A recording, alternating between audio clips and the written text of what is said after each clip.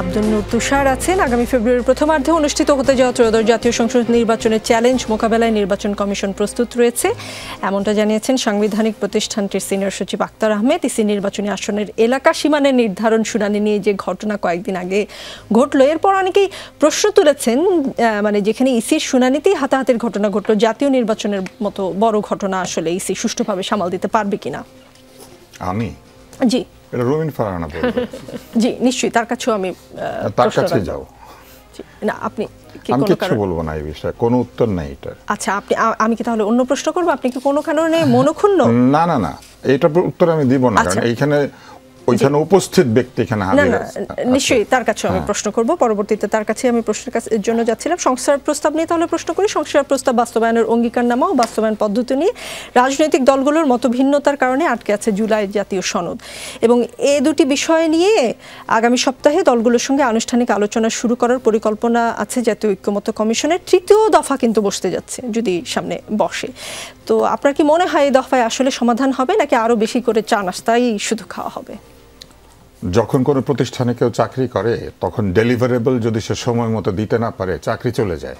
এটা যে কোনো জায়গাতে, কর্পোরেট ওয়ার্ল্ড হোক, কিংবা আপনি ডাক্তার হন, আপনি ইঞ্জিনিয়ার হন, ইভেন আপনি শিক্ষক হন, যদি আপনার সব ছাত্র ফেল করে তাহলে চাকরি চলে যায়, অথবা সেই শিক্ষককে সরিয়ে নেওয়া হয়, কারণ সে পড়াতে পারছে না। ঐকমত্য কমিশন এতদিন লাগাচ্ছে, মানে ঐকমত্য কমিশন আসলে ঐকমত্য তৈরি করছে না, বরং ঐক্যের বিভেদ তৈরি করছে।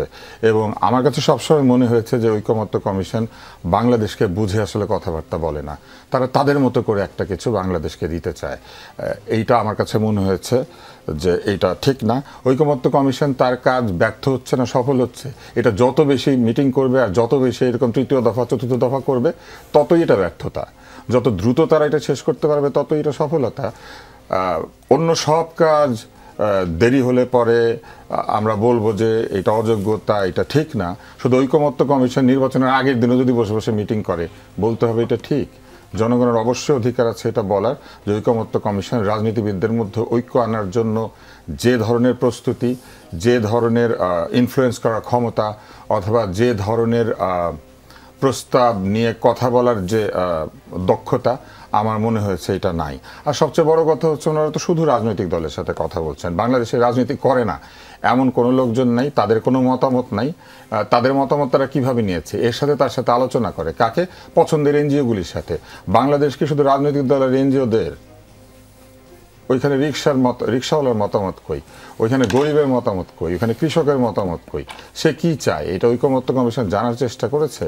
জানার চেষ্টা করে নাই। তারা ব্রিটিশ পদ্ধতি, আমেরিকান পদ্ধতি, ফ্রেঞ্চ পদ্ধতি, এমন কোনো পদ্ধতি নাই যেগুলো নিয়ে এখানে আলাপ করছে না।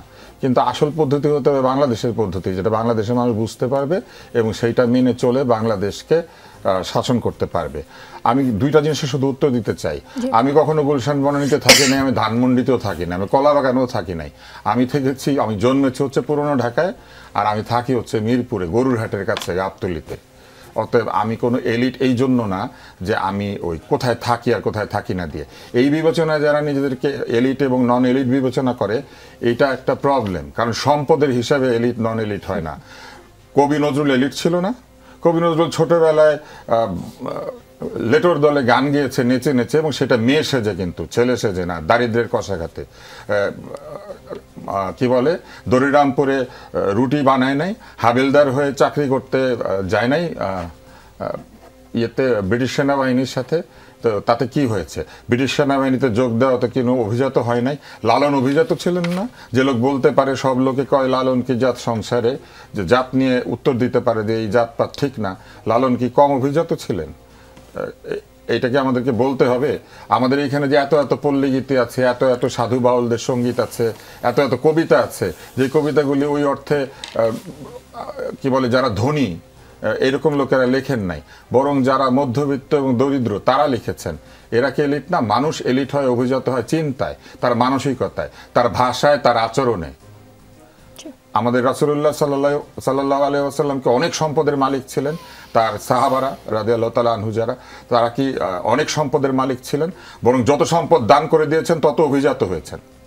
এবং আপনি যত নিঃস্ব হতে পারবেন, আপনি তত অভিজাত হবেন। এটা ইসলাম বলে। তাহলে অভিজাতর সাথে গুলশান মনোনীতে থাকার কি সম্পর্ক?